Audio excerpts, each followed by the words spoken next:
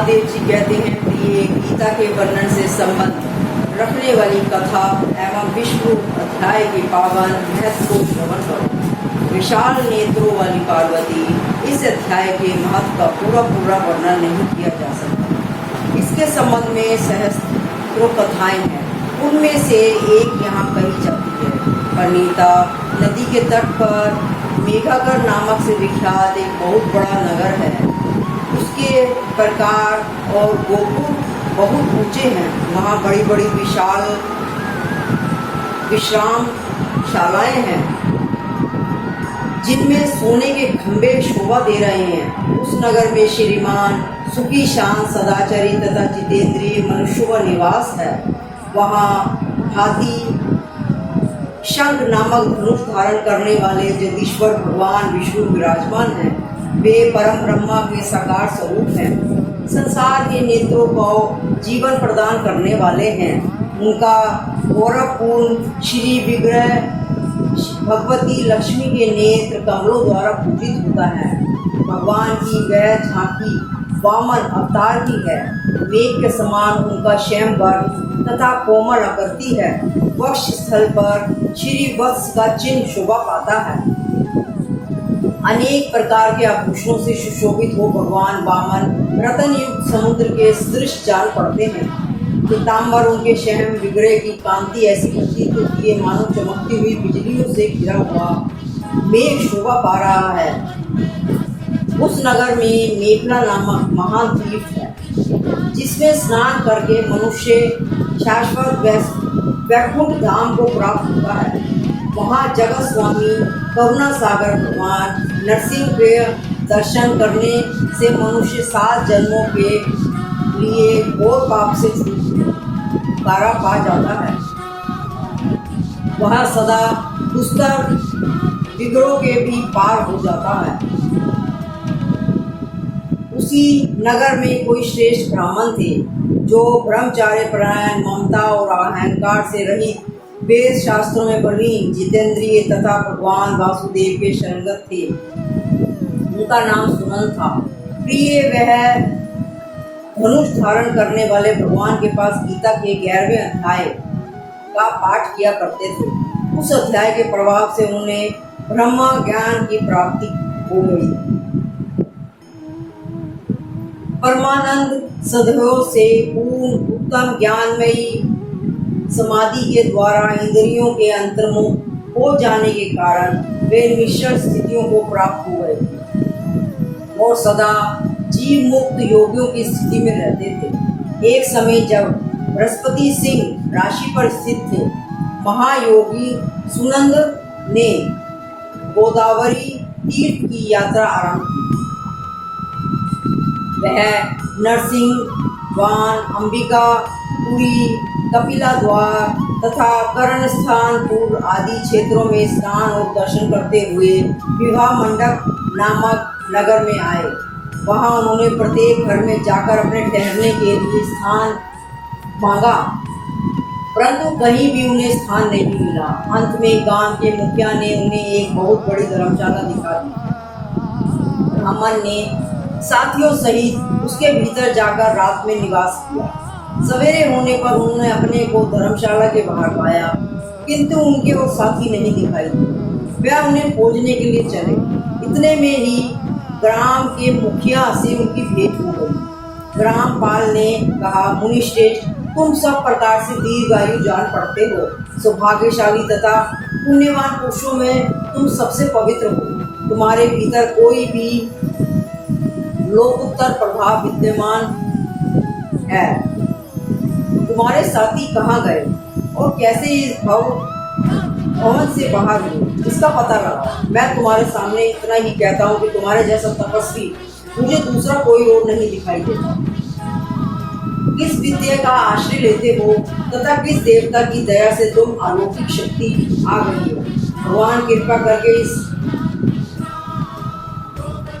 गांव में रहो, मैं तुम्हारी सेवा करूंगा।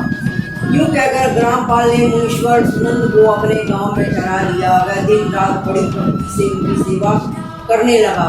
जब 7-8 दिन बीत गए, तब एक दिन प्रातःकाल आकर वह बहुत दुखी हो होकर रोने लगा और बोला, आज रात को राक्षस ने मुझ भाग्यहीन के बेटे को चबा लिया। मेरा पुत्र बड़ा ही गुणवान और भक्तिवान था। ग्रामपाल के इस प्रकार कहने पर योगी सुनंद ने पूछा, कहाँ है वह राक्षस और किस प्रकार उसने तुम्हारे पुत्र का भक्षण किया है?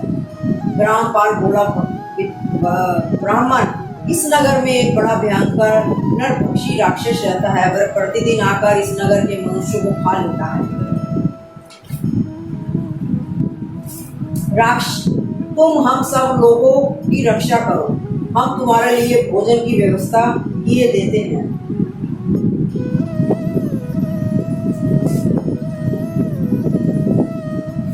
नगरवासियों ने मिलकर राक्षस से प्रार्थना की, यह बाहर के जो पथिक रात में आकर नींद करने लगे हैं उनको खा जाना। इस प्रकार नागरिक मनुष्यों के गांव के मुखिया द्वार इस धर्मशाला में भेजे हुए पथिकों को ही राक्षसों का हार निश्चित किया। अपने प्राणों की रक्षा के लिए उन्हें ऐसा करना पड़ा। तुम भी अन्य राहगीरों के साथ इस घर में आकर सोए थे, किंतु राक्षस ने उन सबको तो खा लिया, केवल तुम्हें छोड़ दिया। तुम्हें ऐसा क्या प्रभाव है, इस बात का तुम ही जानते हो। इस समय मेरे पुत्र एक मित्र आया हुआ है।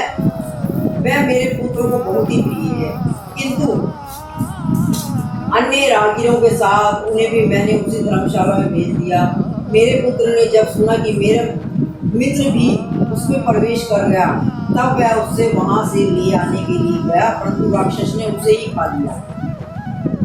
आज सवेरे मैंने बहुत दुखी होकर उस पिशाच से पूछा, ओ दुष्ट आत्मा, तूने रात को मेरे पुत्र को क्यों खा लिया? तुम्हारे पेट में पड़ा हुआ मेरा पुत्र जिससे जीवित हो सके, ऐसा कोई उपाय हो तो बताओ।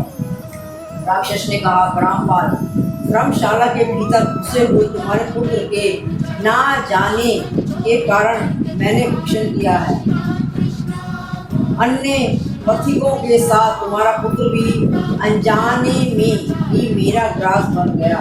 वह मेरे उदर में जिस प्रकार जीवित और रक्षित रह सकता है, वह उपाय स्वयं विधाता ने ही कर दिया है। जो ब्राह्मण सदा गीता के 11वें अध्याय का पाठ करता हो, उसके प्रभाव से मेरी मुक्ति हो और मेरे हुए को पुण्य जीवन प्राप्त हुआ। मेरे हाथ से जो मरा है उसको पुण्य जीवित प्राप्त हुआ। यहाँ कोई ब्राह्मण रहते हैं जिनको मैंने एक दिन धर्मशाला से बाहर कर दिया था। वो निरंतर गीता के 11वें अध्याय का जप करते थे। इस अध्याय के मंत्रों से 7 बार आमंत्रित करके यदि वह मेरे ऊपर जल छींचा दे तो निसंदेह मेरा श्राप से उद्धार हो जाए। इस प्रकार उस राक्षस का संदेह पाकर मैं तुम्हारे निकट आया। ब्राह्मण ने पूछा, ग्रामपाल, जो रात में सोए हुए मनुष्यों को खाता है, वह प्राणी किस पाप से राक्षस हुआ? ग्रामपाल बोला, ब्राह्मण, पहले इस गांव में कोई किसान ब्राह्मण रहता था। एक दिन वह अगहनी के खेतों की क्यारियों की रक्षा करने में लगा था। वहां से थोड़ा ही दूर पर एक बहुत बड़ा गिद्ध किसी राही को मारकर खा रहा था। उसी समय एक तपस्वी कहीं से आ निकले, जो उस राही को बचाने के लिए दूर से ही दया दिखाते आ रहे। गिद्ध उस राही को खाकर आकाश में उड़ गया।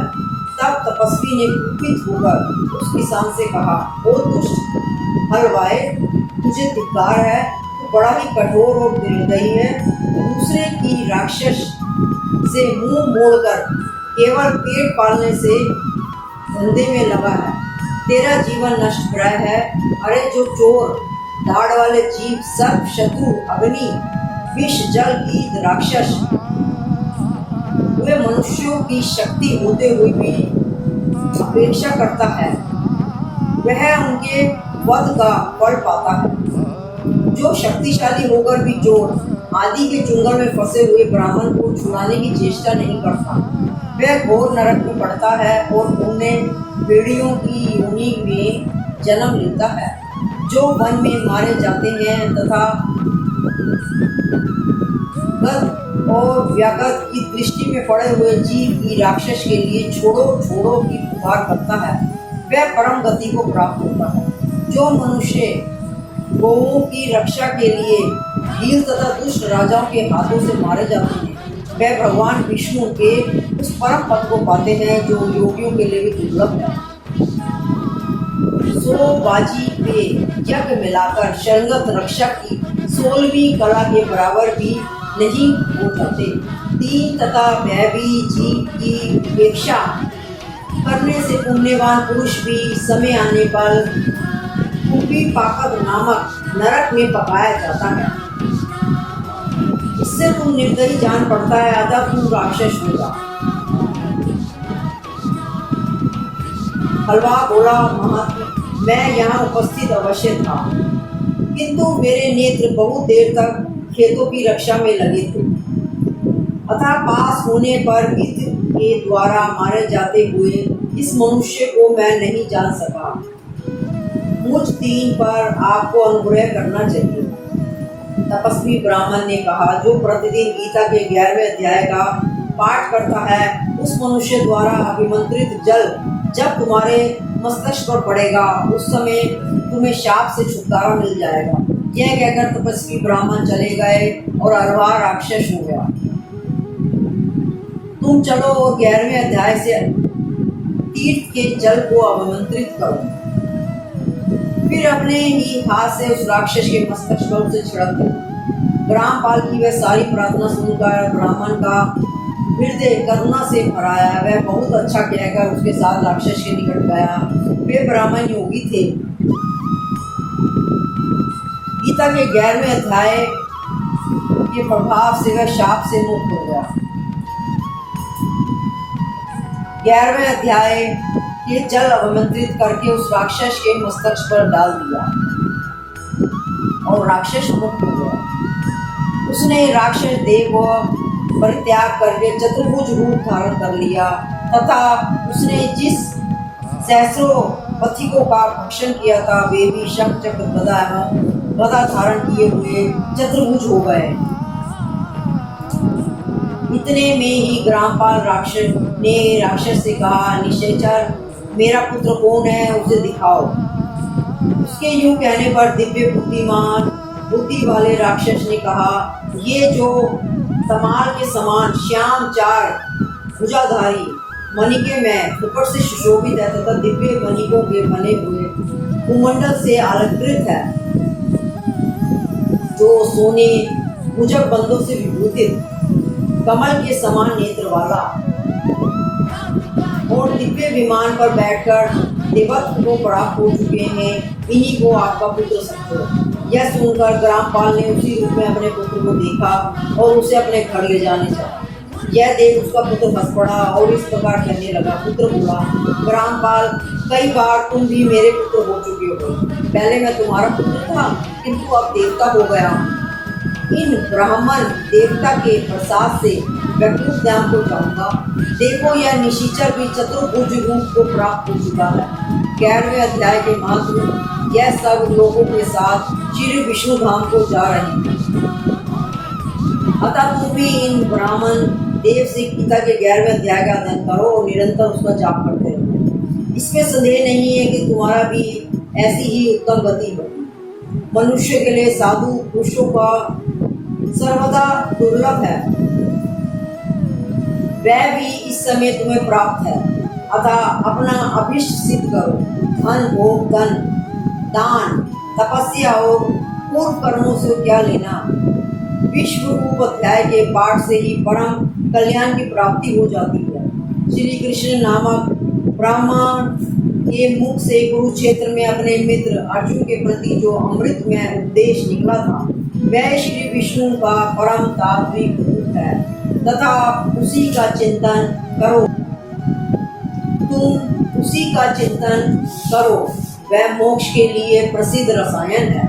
संसार भय से डरे हुए मनुष्यों की आदि व्याधि का विनाशक तथा अनेक जन्म के दुखों का नाश करने वाला है। मैं उसके सिवा दूसरे किसी साधन को ऐसा नहीं देखता, अतः उसी का अभ्यास करो। श्री महादेव जी कहते हैं, यूँ कहकर वह सबके साथ श्री विष्णु के परम धाम को चला गया। तब ग्रामपाल ने ब्राह्मण के मुख से उस अध्याय को पढ़ा। फिर वह दोनों ही उसके महत्व से विष्णु धाम को चले गए।